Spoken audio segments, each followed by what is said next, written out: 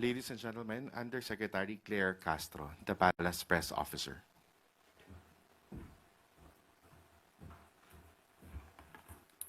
Good morning. Magandang umaga, Malacanang Press Corps. Welcome sa ating press briefing ngayong araw. Simulan natin sa mga magandang balita na dala ng administrasyon ni Pangulong Ferdinand R. Marcos Jr. sa bagong Pilipinas. Nagpapatuloy ang programa ng pamahalaan sa pagpabigay ng dekalidad at na serbisyo at trabaho sa taong bayan nitong weekend. Umikot sa Dasmariñas, Cavite at Biñan, Laguna ang trabaho at serbisyong pangkalusugan para sa bagong Pilipinas. Dito ay available ang serbisyong medikal gaya ng libreng konsultasyon, gamot at bakuna. Media fair din para sa mga beneficiaries ng 4-piece program saan nga ay posible ang on-the-spot hiring. Panoorin po natin ito. Asahan po ninyo, patuloy po namin gagawin ito hanggat may kailangan kayo. Ang pamahalaan ninyo ay hindi kayo iiwanan. Nandito kami upang magserbisyo sa inyo. Malaking bagay po, kagaya ko po na 45 years old na. Mas madali kaming nakakahanap ng trabaho. Kakaroon po ako ng trabaho, gawa po ng job fair po. Parang simula na rin po para makatulong po ako sa pamilya ko. Meron pong nagpapatingin, kung meron pong mga karamdaman, may konting medical mission doon, magpapasalamat din kami sa mga doktor, sa mga nurse, sa mga medtech na nakilahok dito sa ating medical mission.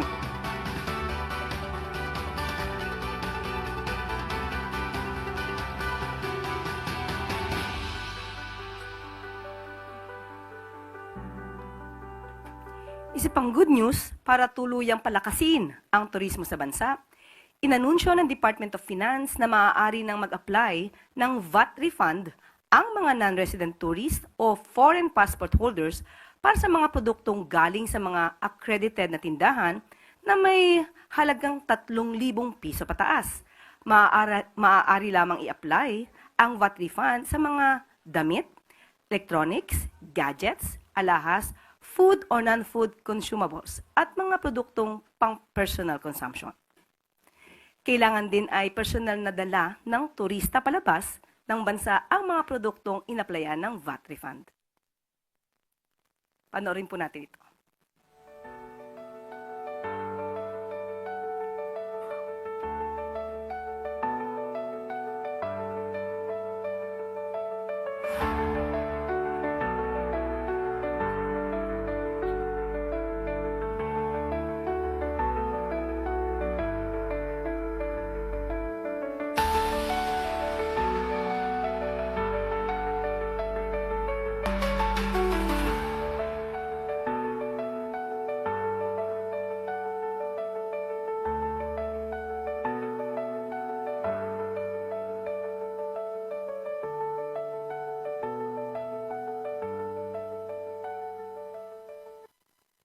At nung Lunes nga ay pinangunahan ni Pangulong Marcos Jr. ang Grand Iftar kasama ng ilang miyembro ng kabinete at ng Bangsamoro Transition Authority.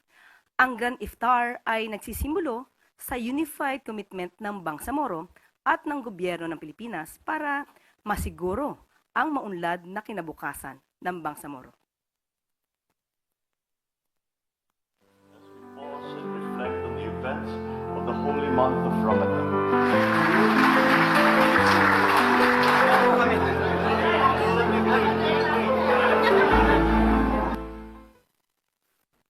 At yan po ang mga good news natin sa araw na ito. Maaari na pong magtanong at ating ito pong sasagutin.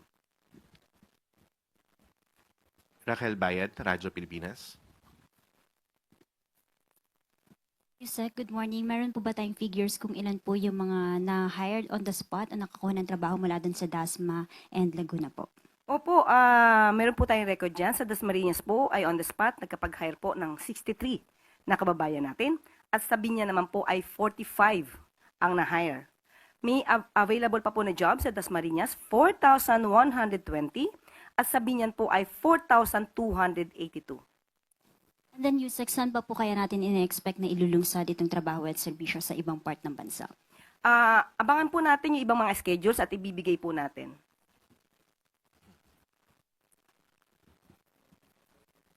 Clay Perdilla, PTV.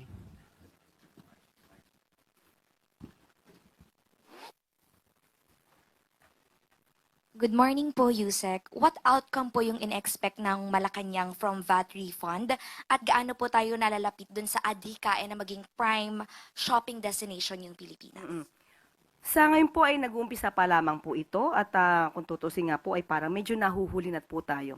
May mga ibang bansa na po na ito din po ang kanilang ginagawa para makapang-akit ng mga turista. So ito po ay isang paraan lamang po para mas marami pong turista ang pumunta sa ating bansa at ito din po ay makakapag-inggan niya rin po na bumili ng mga produkto dito sa ating bansa. Ma'am, sa ibang bansa like in Netherlands and Belgium last year, may mga report po ng VAT refund fraud. Yung paulit-ulit po ng mga resibo para makapag-claim. Gaano po tayo kahanda and what safeguards are in place to prevent fraud and abuse in VAT refund system? Of course, dapat handa po tayo dyan. Dapat yung mga accredited na mga tindahan lamang po ang mag-i-issue ng mga resibo para po hindi po tayo maloko no, nung mga nagpapanggap ng mga turista, nagpapanggap na mga bumili ng mga produkto mula sa Pilipinas. Alvin Baltazar, Radyo Pilipinas. Yusek, good morning po. Yusek, anong feedback po ba na nakuha natin doon sa mga negosyante, sa pati doon sa mga retailers, para doon sa implementation ng VAT refund program? Ito naman po ay makakabuti din po sa mga accredited na mga stores. At syempre po kapag ka po accredited sila at bumibili sa kanila, mas maainggan niya sila na mag-produce pa na mas marami. So ito po naman ay kanilang hindi tinututulan at ito'y papabor din po sa kanila. Hindi lamang po sa kanila, pati sa ating bansa.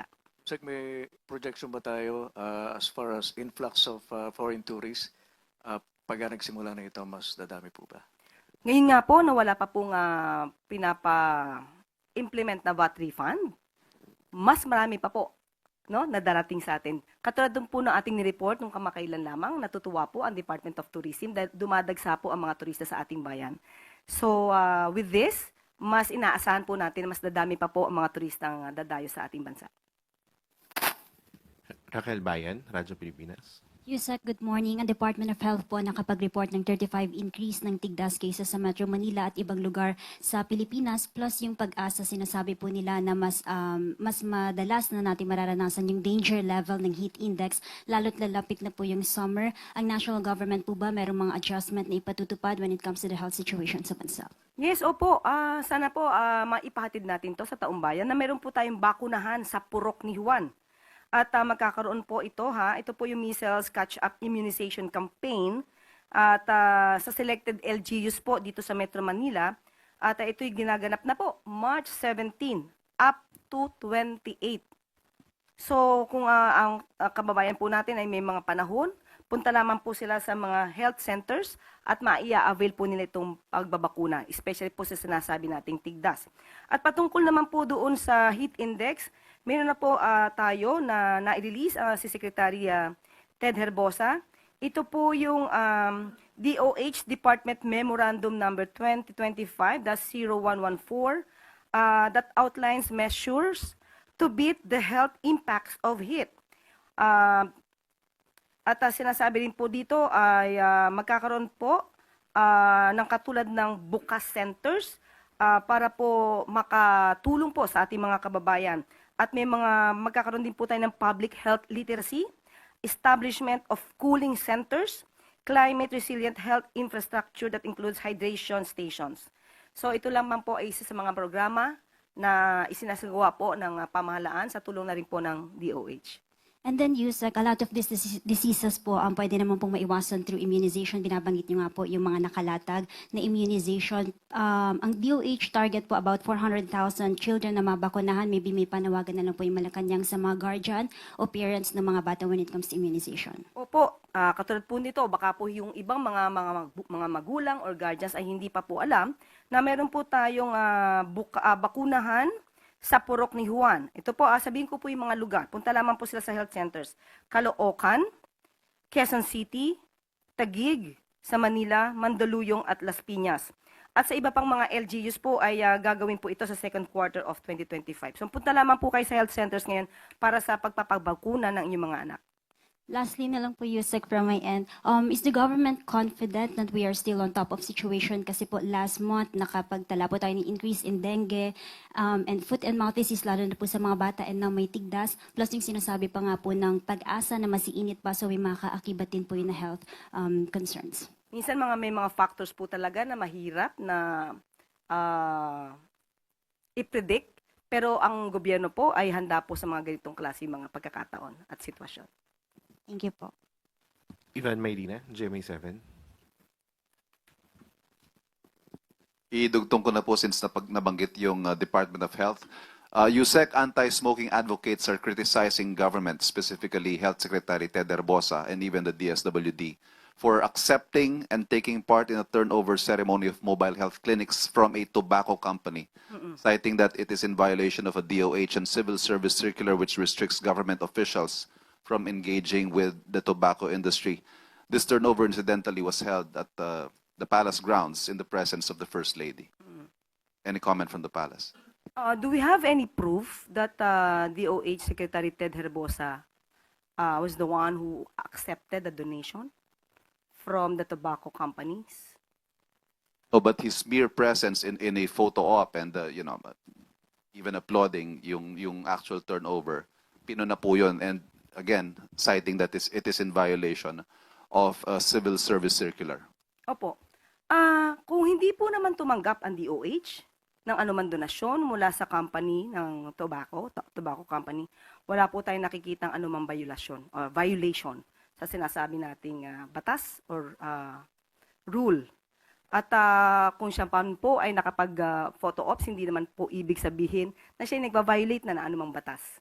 At kahit naman po siguro, ang ibang tao, ikaw ay public servant at ikaw ay na-requestan kung pwedeng magpa-picture sa'yo, dapat maging gentleman ka. Hindi naman ibig sabihin na ikaw ay nagpapa-photo ops ay sisira na po ng imahe ng DOH at ito ay makakasira din sa patakaran ng pamahalaan. As a matter of policy, ano ho ang stance ng gobyerno pagdating ho sa interaction with tobacco companies? Okay, syempre po kung ano po yung sinasabi ng batas, katulad po sinasabi nating rule na ang DOH ay hindi dapat na para i-promote ang mga ganitong klaseng produkto at ito naman po ay susundin. Kung ito nasa patakaran, wala po tayong i-violate dyan. Pero kung may mga pagkakataon po na nagbibigay ng donasyon, ang sino man po, at ito yung ikakabuti naman po ng pamahalaan, basta walang violation ng anumang rules at batas, hindi po tayo tatanggi sa anumang tulong na ibibigay ng private companies o ng sino mang ahensya o ng organization. Ma'am, on the issue of the former president, ang posisyon po ng mga taga-suporta ni dating Pangulong Duterte is that the Philippines has a perfectly functioning judicial system and especially under a different administration over which he has no more influence. Kung dati ho, hindi daw ma-prosecute si FPRRD dahil masyadong mataas ang kanyang posisyon at malawak ang kanyang impluensya. Ngayong iba na ho ang administrasyon, bakit hindi na lang daw dito sa termino ni Pangulong Marcos? Although nasagot na po natin ito, ulit-ulit na lang po yung kanilang issue.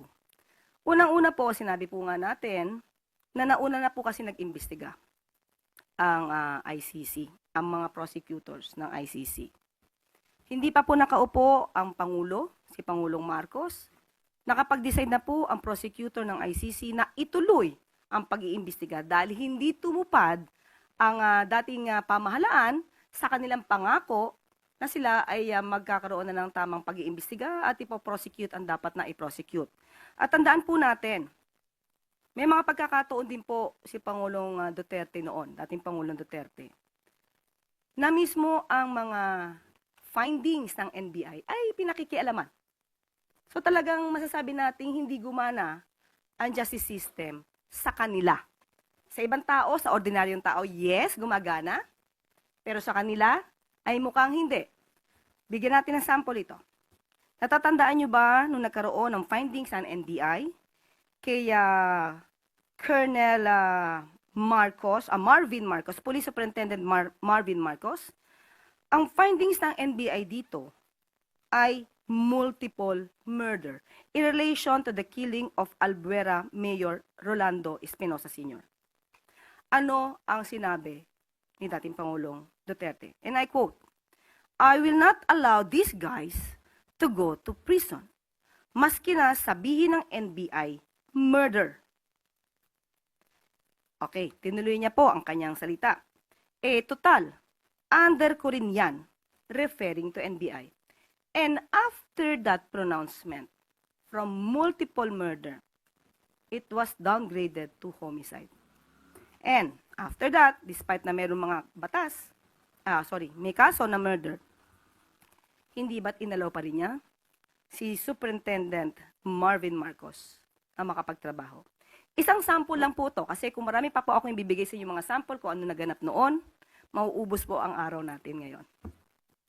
Panghuli na lang po.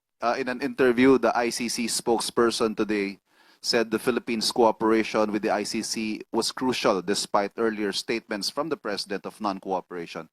Will anything change, at least officially, with our stance on cooperation with the ICC? We have not been cooperating with the ICC. It's clear because the stance of the president regarding the jurisdiction of ICC over the Philippines remains. Salamat po. Thank you. We have Ann Soberano, Bomborazo. Yusek, good morning. Naniniwala po ba ang Malacanang na may nag-udyok po sa mga OFWs para makilahok po sa Zero Remittance Week? At may balak po bang imbestigahan ito ng gobyerno kung sino ang nasa likod ng mga nasabing hakbang? Kung may nag-uudyok po, siguro po wala tayong personal na knowledge, wala rin po nakakarating na official na komunikasyon patungkol dyan sa palasyo. Pero alam naman natin kung paano ba gagalaw ang ibang mga supporter.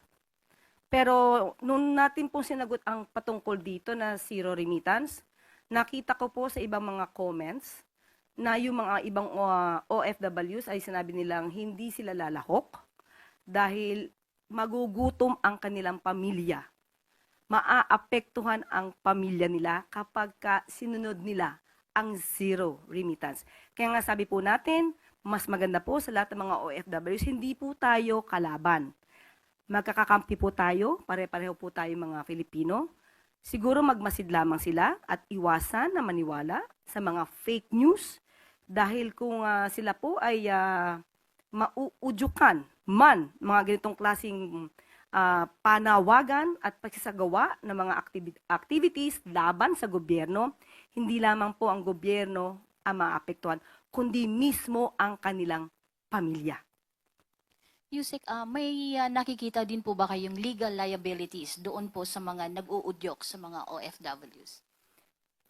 Sa ngayon po, of course, kapag po ito'y nag-uudyok, meron po tayong sinasabing mga inciting to sedition. Bakit?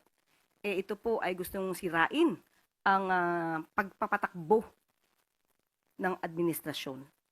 Ito'y makakasira sa ekonomiya ng bansa. Pero as we speak now, wala po tayong nakikita na ating sasampahan ng kaso. Wala pa po tayo sa ganyang sitwasyon. Lastly, Yusek, sakali pong gagawin talaga ito ng mga OFWs at hindi magpapadala ng remittance, may hakbang din po ba ang gobyerno gaya ng pag-alis o pagsuspende sa kanilang mga benepisyo na ibinibigay din ng gobyerno? Thank you. Choice po kasi ng OFW kung sila'y magpapadala ng kanilang remittance o hindi. Wala po tayong hahadlangan kung ano man ang kagustuhan nila. Pero muli, tayo ay mananawagan sa mga OFWs, ang gobyerno po ay hindi nyo po kalaban. Kami po ay kakampi, dapat lamang po na magmatsyag at alamin kung ano ang fake news at ano ang katotohanan. Follow-up question from Pia Gutierrez. I would just like to follow up yung economic implications nitong zero remittance protest ng mga OFW. Meron po bang pag-aaral na ang gobyerno kung magkano ang mawawala sa ekonomiya ng bansa and if ever kung meron tayong mga contingency measures? As of the moment, hindi po pa kasi ito pinag-iisipan ng gobyerno. Ang alam po kasi natin, ang OFW ay magkakaroon sila ng sariling pagdidesisyon. Hindi po natin iniisip na madadala sila ng mga ganitong panawagan Considering nga po na yung pamilya mismo nila maaapektuhan. Kagaya ng aking sinabi, yung mga comments, mas marami pong nagsasabi na hindi sila lalahok sa ganitong panawagan dahil ayaw nila mismo ang kanilang pamilya ang maghirap at magdusa sa mga issue ng politika. Gilbert Perdes.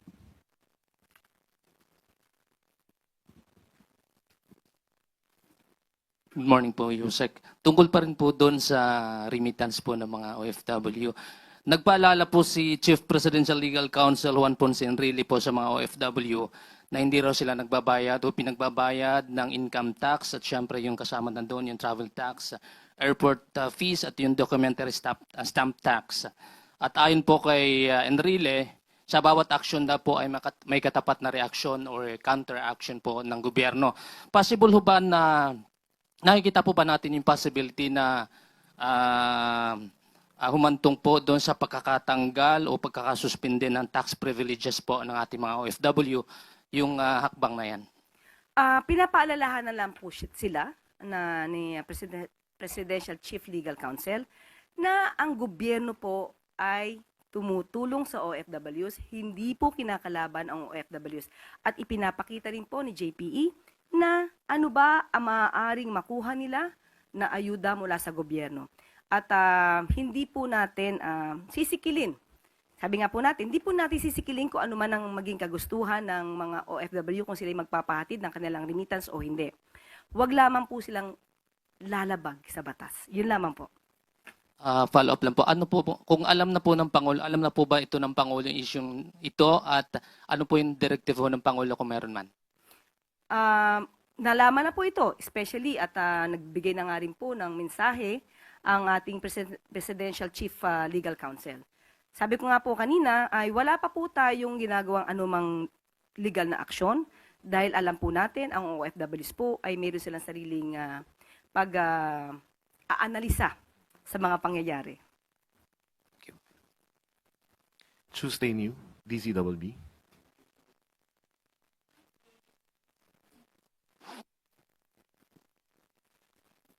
Good morning po, Yusek. May plano raw po itong si dating Senador Gringo Onasan na maghain ng petisyon sa ICC para hilingin daw po na maibalik dito sa Pilipinas si dating Pangulong Rodrigo Duterte dahil sa mga concern daw doon sa kanyang well-being. Inasahan nyo na po ba yung ganitong mga legal na action from the side of the former president? At kung may plano po ba ang pamahalaan na pigilan ito o gumawa ng legal action din para mapigilan yung ganito? Well, karapatan naman po niya kung anong nais niyang gawin para ipagtanggol ang dating Pangulong Duterte. Pero mas mainam po siguro makipag-usap muna siya sa legal team ni dating Pangulong Duterte, baka hindi naman po siya pansinin sa ICC. Sa part po ng gobyerno, sa part po ng administrasyon, wala po kaming gagawin dahil wala na po tayong responsibilidad, wala po tayong gagawin anuman patungkol po sa legal system, legal procedures ng ICC. Maricel Halili, TV5. Hi, Yusek. Magandang umaga po.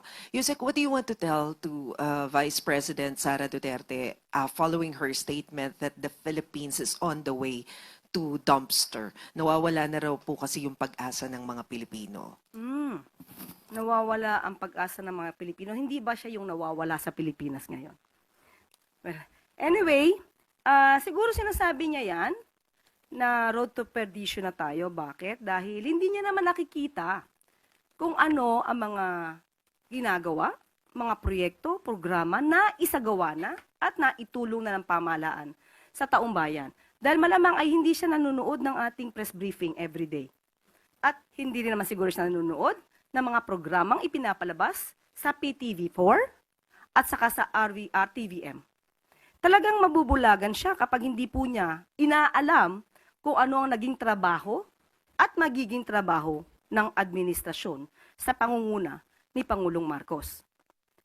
Okay, now, hindi ba mas magiging mapupunta tayo sa dumpster kung ang magiging Pangulo natin o ang magiging leader natin ay ang mga katulad nila VP Sara, mas na inuuna pang magpunta sa abroad, magsilbi sa isang tao, although tatay niya po yun, pero marami pa rin pong Pilipino na umaasa sa kanya bilang vice presidente. Mahirapan po tayo magkaroon ng Pangulo kung lagi po nasa abroad at hindi po ginagawa ang trabaho dito sa Pilipinas. Ma'am, does it mean that this is the right time for the Vice President to come back and do her job? Is that what you're saying? Obligasyon po niya maging vice presidente. Alam niya po dapat ang obligasyon bilang vice presidente. Sabi nga natin, ang Pangulo natin na sinasabi niya na mukhang wala na tayong pag-asa, nasa Pilipinas, nagtatrabaho. Araw-araw, may inaanunsyo tayong good news. Pero ang vice presidente, nasaan? Sam Medinilla, Business Mirror.